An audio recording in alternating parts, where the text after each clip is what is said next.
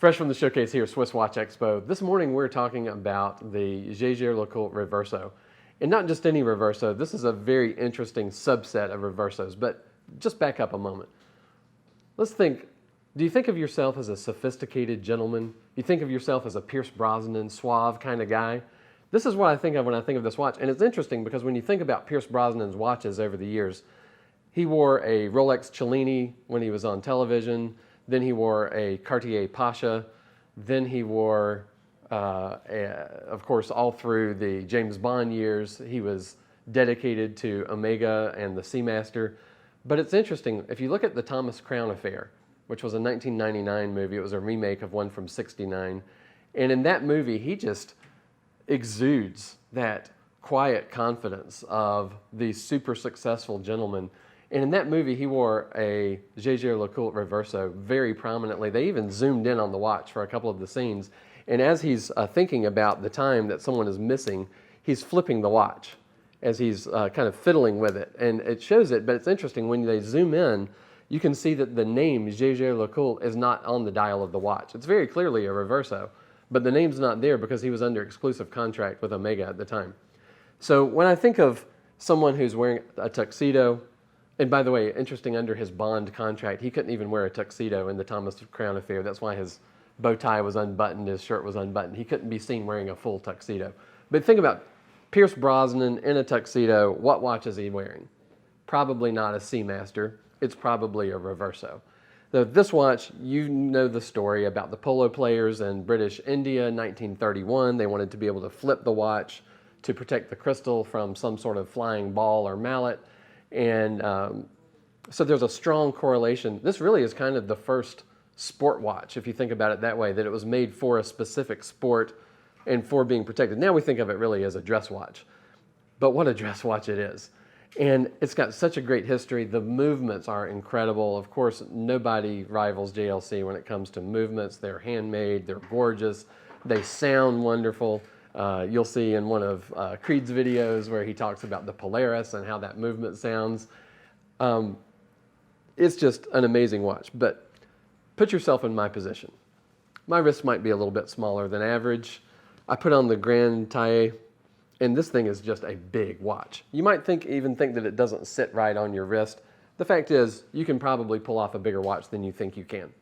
Whatever size you think is too big for you, you probably could do it.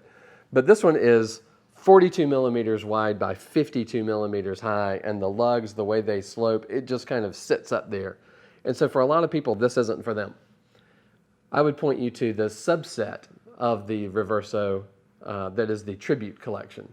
The Tributes are not only a little bit smaller, this one is only 27.4 wide and 45.6 high, and it's a lot thinner. It's only 8.5 millimeters thick.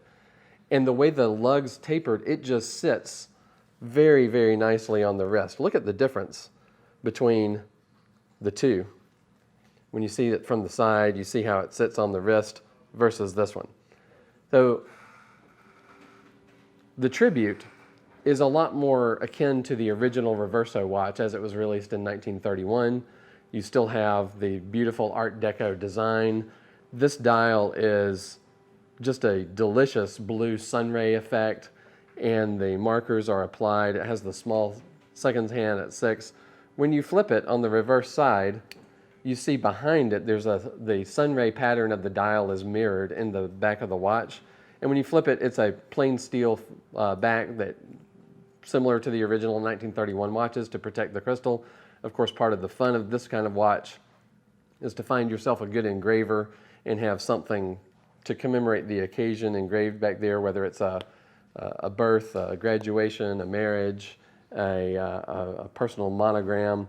You can't go wrong with whatever you decide to do to personalize it. This one is also part of the Tribute series, but it's a little bit bigger. This one is 29.9 millimeters wide and 49.4 high. Still has the same modified lugs of the Tribute, and this one is a little bit thicker at 10.9, but what a watch this one is. This one has sort of a day-night dials on the two faces, and of course, one of the great things about the Reverso, you have just phenomenal craftsmanship. It's one movement driving both sides of the watch, and you can use 2 different time zones. So on this side, the dial is, it's a silvered dial, but they almost call it iced. If you look at it with a loop, the dial has a very definite texture. It almost looks like it's been sprayed with something. It is a beautiful, beautiful dial. The moon phase wheel at the bottom, the moon is hand hammered, every one of them.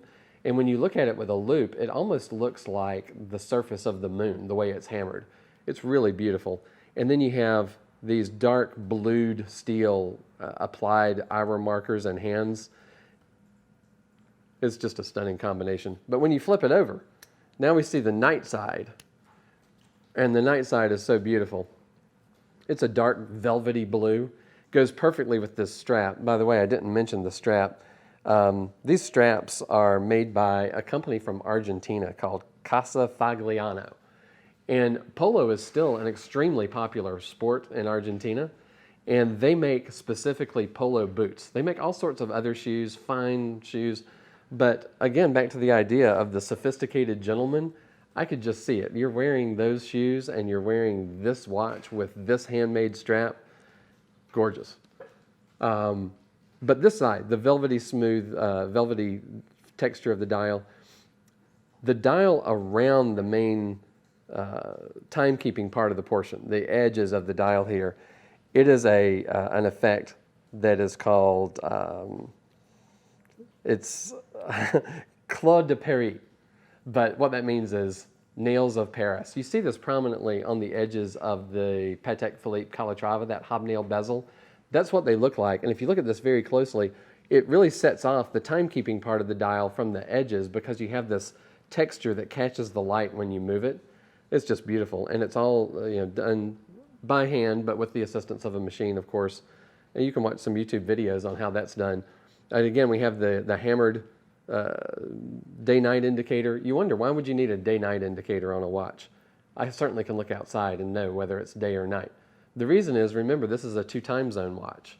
And since it's not a 24-hour scale, you need to know whether the time zone you're looking at, the second time zone, whether it's AM or PM. That's why you have a day-night indicator. But what a great look that you have this navy blue strap, the dark blue, velvety smooth dial, and then you flip it and you've got the day side with the blue accents. Really exquisite. I do think that it fits better on the wrist than a lot of the bigger Reversos. It kind of takes care of the sitting up high on the wrist problem. It really works with the wrist better than just sitting up on it. And so if you have been hesitant to get a Reverso because you didn't like the way they sit, I would really recommend this Tribute series, but in particular, either one of these. We just got them in stock here at SwissWatchExpo. I'm sure they won't last long, but give us a call at the store. We'll be happy to discuss them with you. We'll be happy to help you process an order and ship them out to you. You could be wearing this watch tomorrow. And click the bell to subscribe, see more of our videos. And in particular, look through our Jaeger LeCoultre Reverso collection here at SwissWatchExpo.